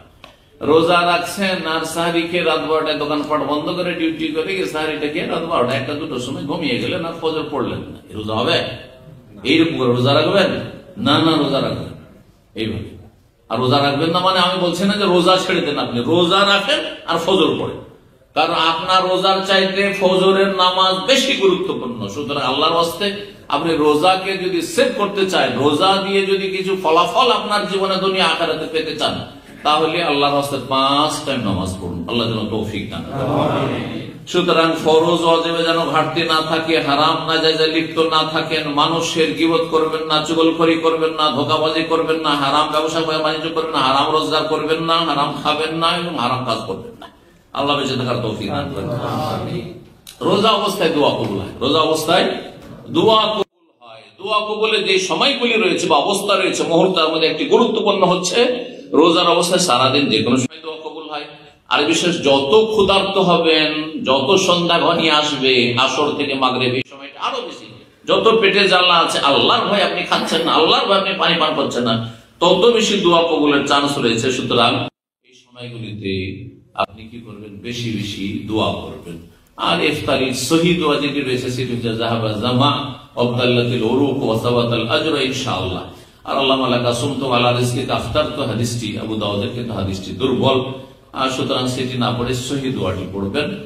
আর এছাড়া আমাদের দেশে বাড়তি কিছু বেদাতি দুটি বাক্যের সংযোজন করে পড়ে, দুটি তিনটি, আল্লাহ মালাকা সুমতু ওয়াবিকা আমানতু ওয়া আলাইকা তাওয়াক্কালতু ওয়া আলা রিজকিকা আফতারতু ওয়াবিকা আমানতু ওয়া আলাইকা তাওয়াক্কালতু, এটি কোন হাদিসে নেই, জয়ীফ হাদিসটাও নাই। সুতরাং এগুলি জালিয়াতি ফাজাইলে আমলের ফাজাইলে রমজানের ফজিলতে ফাজাইলে রমজান তাদের রয়েছে, আমাদের চিল্লাওয়ালা ভাইদের তাদের কিতাবে এই জালিয়াতি কথাবার্তা রয়েছে।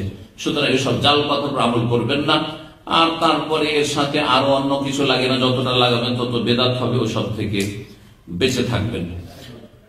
ইফতারি করবেন আপনি, ইফতার কি দিয়ে করবেন? জুস দিয়ে না পানি দিয়ে? হ্যাঁ, আগে পানি।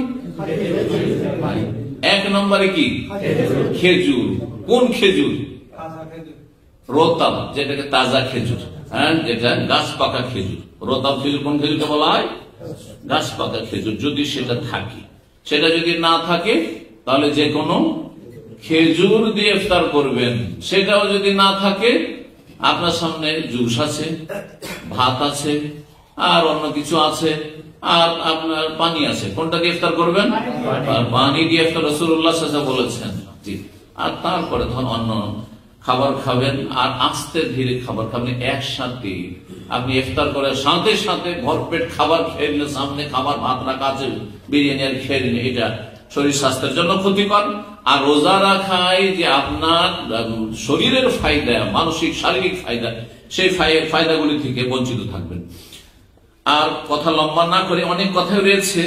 রমজান মাসের একটি গুরুত্বপূর্ণ ইবাদত রোজার পরে, সেটি হচ্ছে সিয়ামের পরে কি? কিয়াম তারাবি। সিয়ামের সাথে কিয়াম তারাবি। তারাবিকে অনেকে মনে করে যে তারাবি না পড়লে রোজা হবে না। আছে না আমাদের দেশের কোন ধারণা? এটি একটি ভ্রান্ত বেদাতি ধারণা। রোজা ভিন্ন ইবাদত, যা ফরজ করতেই হবে, আর তারাবি হচ্ছে সুন্নাত। তাহলে সুন্নাতে একদিন তারাবি পড়লে না, সেদিন আমরা রোজাই চলে যাবে? এটা আবার কেমন কথা হবে? বুঝতে পারছেন না? পারছেন না? কারণ অনেকে এসে আমাদেরকে জিজ্ঞাসা করে যে শেখ, আজকে নতুন লোকেরা তার শেখ বল না, হুজুর, হ্যাঁ, ও তো জানে না যে কোনটা বললে বেশি ভালো। তো হুজুর আজকে তারাবিটা পড়তে পারিনি, তো আমার কি রোজা হবে? হ্যাঁ, কি বলবেন?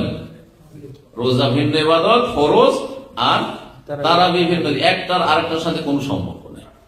হ্যাঁ, আর ফরজ করতেই হবে, আর সুন্নাত পারলে করবেন অনেক নেকি, আর না করলে গুনাহগার হবেন না, কিন্তু অনেক নেকি থেকে বঞ্চিত হইলেন। যেমন রোজার ফজিলত হাদিসে রয়েছে, মান সামা রমাদান ঈমান ওয়া ইহতিসাবান গুফিরা লাহু মা তাকাদ্দামা মিন যামবি।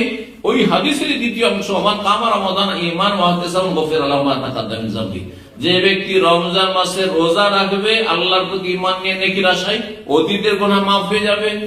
দ্বিতীয় বিষয় হচ্ছে, যেই ব্যক্তি কিয়ামে রমজান মানে তারাবি পড়বে আল্লাহর প্রতি ঈমান নিয়ে, নেকির আশায়, তার অতীতের গুনাহ মাফ হয়ে যায়। বড়ই ফজিলত, কিন্তু একটি ফরজ আর একটি হচ্ছে সুন্নাত। সুতরাং এই সুন্নত, গুরুত্বপূর্ণ সুন্নতটি পুরুষরা জামাতে গিয়ে পড়ার চেষ্টা করবেন। মহিলাদের জামাতের কোনো প্রয়োজন নেই।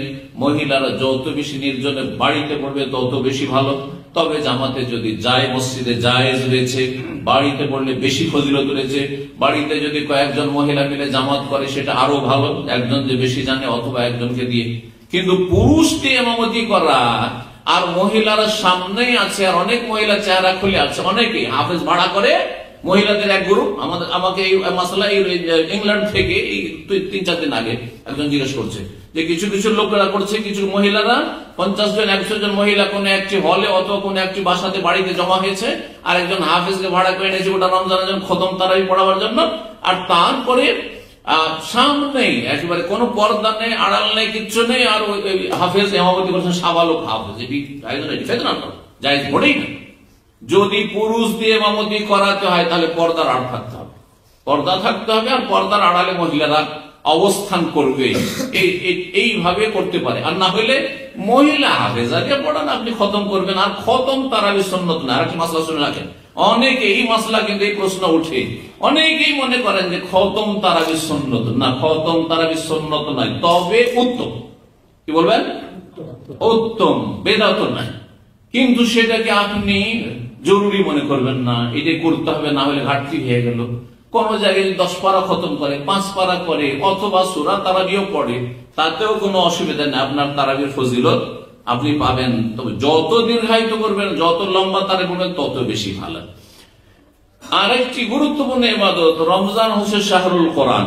আল্লাহ রাব্বুল আলামিন রমজানের কথা, রোজার কথা বলতে গিয়ে বলেছেন সূরা বাকারা 183 থেকে 87 মাঝখানে একটি আয়াতে, শাহরু রমাদান আল্লাযী উনজিলা ফীহিল কোরআন, রমজান মাসে কি নাযিল হয়েছে? কোরআন নাযিল শুরু হয়েছে। সুতরাং রমজান মাস হচ্ছে কোরআনের মাস। গোটা বছর যদি বেশি নাও পড়তে পারেন, রমজান মাসে চেষ্টা করবেন। কিন্তু রমজান মাসে আবার কিছু মানুষরা ভাবে যে রমজান মাসে একটা খতম দিতেই হবে, এইটাও জরুরি নয়। যদি আপনার পক্ষে সময় একটি কেন আপনি 5টি 7টি খতম দেন, আপনি সর্বনিম্ন নবী বলছেন 3 দিনে খতম করেন, ওর চাইতে বড় 7 দিনে খতম করেন। 7 দিনে খতম করলে 4 7 28, 4 খতম মোটামুটি হয়ে যাবে। হবে না? হবে না? 4 7 28, তাহলে 4 খতম হচ্ছে, তাই না? 4 খতম 5 খতম দেন। আর যদি তার বেশি করতে চান তো 3 দিনের কমে পড়ার ক্ষেত্রে রাসূলুল্লাহ সাল্লাল্লাহু আলাইহি ওয়াসাল্লাম অনুৎসাহিত করেছেন, বলেছেন যেই ব্যক্তি 3 দিনের কমে কোরআন খতম, সে কোরআনের কিছুই বুঝলো না। আর অনেকেই কোরআন খতম অভ্যস্ত, কোরআন খতমের অভ্যাস রেখেছেন, আর সেই কোরআন খতম হয়তো এবার অসুস্থতার কারণে, ব্যস্ততার কারণে, সফরের কারণে, অত শরীর চলছে না, সেই জন্য খতম করতে পারলাম না, বড়ই আক্ষেপ করবেন না।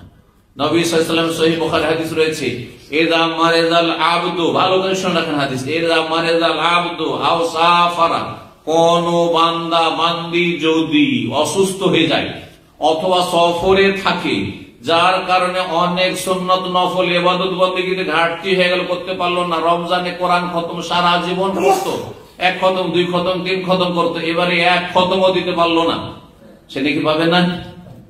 রাসূলুল্লাহ বলছেন কুতিবা লাহু মা কানা ইয়ামালুহু সাহিহাম মুকিমান, সুস্থ অবস্থায়, মুকিম অবস্থায় যে আমলগুলি পরম্পরা করে আসছিল সারা জীবন, পূর্ণ ওই রকমই পুরা নেকি পেয়ে যাবে, কোনো ঘাটতি কোনো কমতি হবে না।